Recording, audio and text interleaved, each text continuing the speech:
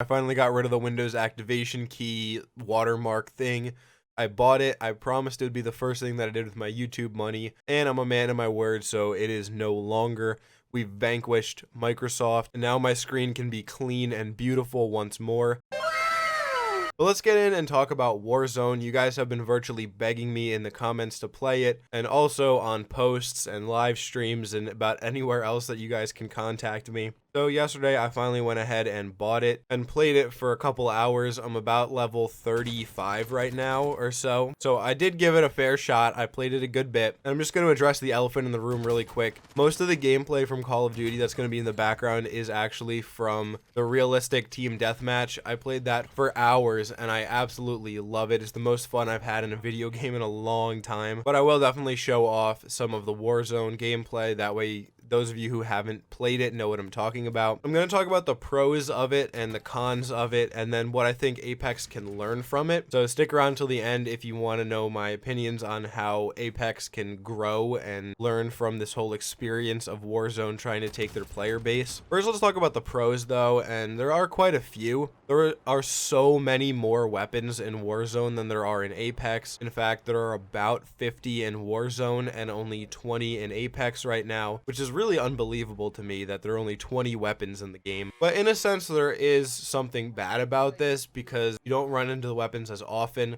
So you really have to be able to either prioritize what weapons that you're taking or just become a jack of all trades and be good with all the weapons, which definitely will take a lot of time, which I think adds to the pros because it gives you a longer amount of time before you master the game. Another thing is that this game got solos a week after it dropped. I've been sitting around twiddling my thumbs waiting for Apex to drop solos for about 14 months now, so that's cool. Also, there's crossplay, which is another really big pro. People on Xbox can play with people on PS4, and all of those people can play with PC players.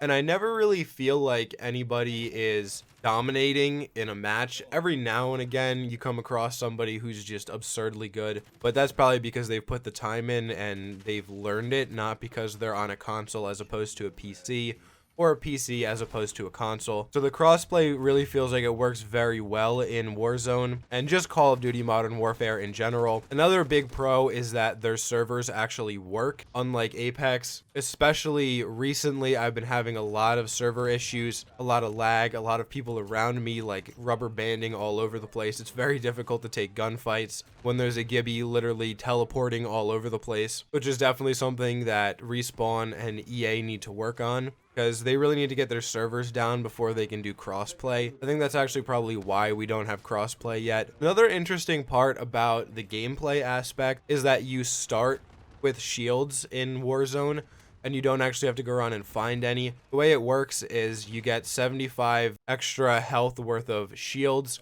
and you land with 25 extra hit points worth of shields, and then you go around the map and you find armor plates, which you use to put into your body armor to give you more health. It's such a simple system. It's great. I love it. And just going along with that, the inventory system is very simplistic in Warzone, which is something that I'm pretty meh on, but we'll talk about the meh stuff in a second. Right now, let's talk about the store and battle pass in general. The battle pass has such cool stuff in Warzone. It really feels like it's worth the money that you would spend on it. The skins are awesome looking. There's so many really cool weapon stickers, which I absolutely love the concept of. I've never seen weapon stickers in a game before. The team designing the cosmetics for Modern Warfare really did an awesome job with this. But the store is the part that I'm really interested about. There are no random loot crates that you get by leveling up or by purchasing. Everything that you would get in the game, you just directly buy from the store, which is such a relief. I'm so sick and tired of opening up packs and getting garbage items. You spend so much more money trying to get items than if you could just buy it flat out. And my absolute favorite part about this entire game is that they let you spend less than $10 to get currency. You can spend $3 or you can spend $5 to get currency. Respawn has been destroying the wallets of their player base because they only allow you to spend $10. The most disgusting thing to me is when they take a $15 item and then put it on discount, so it costs like $11 or $12, and then you still have to spend $20 to get that item because everything is in increments of 10, which is absolutely despicable to me. But that's enough of my rant about the cosmetic pricing in Apex. Really though, the items in Call of Duty are probably about the same price. For $18, you get 2 weapon skins, weapon charms, weapon stickers, and a banner card, which is a little expensive, but at least you know what you're getting. I would be willing to spend that money because I'm guaranteed the items, which I can see already in front of me, so I can make that decision to purchase that with all of the available knowledge rather than having to gamble for the items. Let's talk about the meh stuff, and really the main thing that I want to put in here is the Gulag. I was so ridiculously hyped the first time I ended up in the Gulag. I had no idea what it was, and I was just thrust into this prison with all of these people throwing rocks at me and screaming through their mics. And I was 1v1ing with somebody just with a pistol. And it was the absolute craziest experience that I've been through in a long time in a video game. It was just so stressful and fun at the same time that I loved it. But then after the first couple times, it got really frustrating and just terrible. I went back to back to back up against people who were absurdly good at the game. And they were like flipping over walls and crouch spamming and nading me, and like it was horrible. And on top of that, I was playing with friends, so every time I died I had to sit around for 10 or 15 minutes waiting for them to run around the map gathering cash to respawn me back in, just so that everyone on the map could watch me land and then come kill our squad. Which brings us into the cons. And a lot of Warzone can be compared with PUBG in a lot more refined and better sense, if you will. And the part that I hated the absolute most about PUBG was that when you died, you literally had enough time to go and take a shower, eat dinner, and do your homework before the round was over if your friends made it pretty far into the match. It was like 46 minutes for a full round of PUBG, and it's pretty similar for Warzone. So if you can't get respawned in right away, which is something that Apex has on both of these games, then it's really obnoxious to play with friends, which is why we ended up moving to deathmatch in the first place. Another con is the movement. It just feels a little janky to me. It's somewhere in the middle between PUBG and Apex. You can run pretty fast and you can slide a little bit. The sliding just feels very abrupt and unnatural, in my opinion, compared to Apex. And I know they were going for a little bit more of a realistic feel for the game, so they didn't want it to be too over the top. But it does just feel a little bit jarring to go into a slide and only go like 2 feet and then you're back up on your feet. It makes it very difficult to slide into buildings or at an enemy you're shooting at. Another con is that the rotations don't feel as smooth as Apex, and this might just be because I've played Apex a lot more, so I know the rotations already and I know where to go, but the map just feels very big and a little disconnected. All the areas are so large and the circles are so large that it really feels like you're never pressed to move anywhere from the circle unless you get really, really unlucky. And part of the thing that I like about the Battle Royale genre is that the circle is supposed to force everybody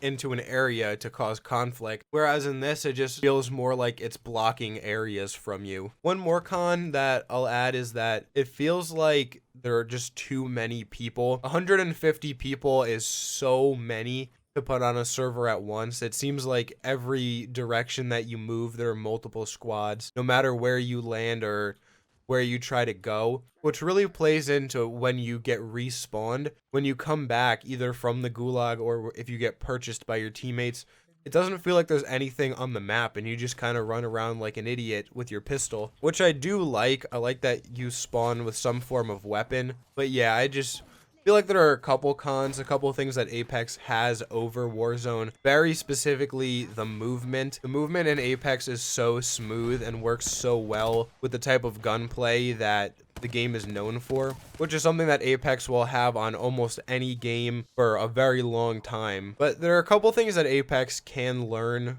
from Warzone. I think one of them is the necessity for both crossplay and solo play. It's very frustrating always having to load up into squads when I'm trying to get clips for Apex. It just is very frustrating if you don't have friends to play the game with all the time. Also, the fact that Warzone has the option to buy payments for less than $10 is really huge for me. It shows that they have a respect for their player base. They're not trying to openly rip them off by forcing them to purchase more currency than they need to actually get an item, which Apex has been known for literally since the first event that they ever ran. And finally, the necessity of working servers.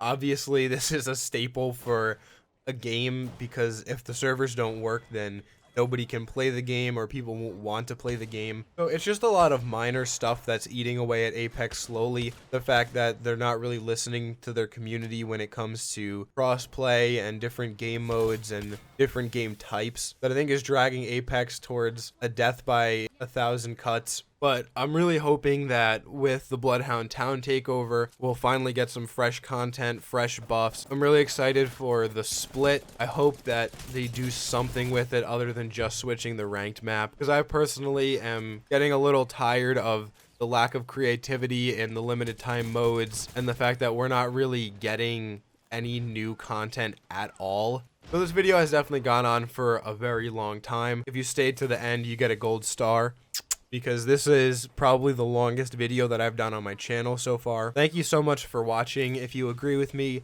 or disagree with me, let me know in the comments below. I'm always down there talking to you guys. If you enjoyed the content and you've made it this far, please consider subscribing. I post every day. And until next time, guys, take it easy.